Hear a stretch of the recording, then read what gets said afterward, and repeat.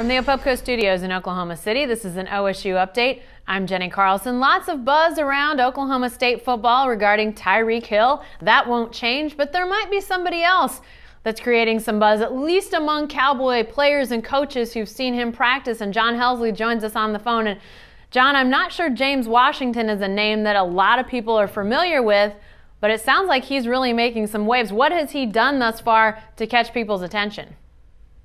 Jenny, it sounds like he's really just made play after play during practices, a lot of big plays, kind of wow plays. You're right, not a guy that was on everybody's radar necessarily. It comes from a small school in West Texas, Stanford, Texas is where he's from. But he was sort of an all-around athlete there, played football, basketball, won a state championship in tennis.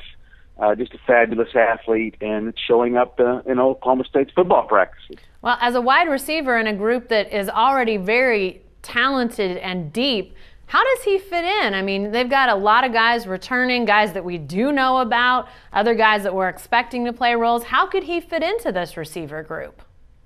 I think that's going to be the challenge for them, and the interesting dilemma that they get into is that they are deep there. They have guys that they feel really good about.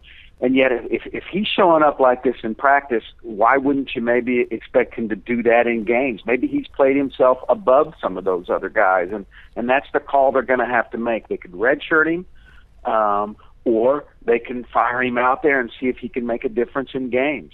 And so far, I think they're kind of on the fence with him. I talked to Casey Dunn, the wide receivers coach, the other day, and he wanted to have a really close look at their scrimmage to kind of see, the good things stand out, but what mistakes perhaps that he made, and then also how he corrects those. What about other young guys, John? Are there faces and names that are starting to emerge amongst the youngsters? We know on the defensive side, there's obviously going to be a need for some young players to step up. But who have you heard about? Who are the buzz names that maybe the rest of us haven't heard about just yet? Yeah, hearing a lot of them on defense. Obviously, there are 8 or 9 redshirt or true freshmen on the 2 deep. So, I mean, think about that for a minute. Maybe that'll bode well this year. I don't know. It's got to bode well in the future because they really like a lot of these guys. At cornerback, you have a guy in Darius Curry, C.J. Curry's little brother. He's going to be one of the top backups there to Ashton Lampkin and Kevin Peterson.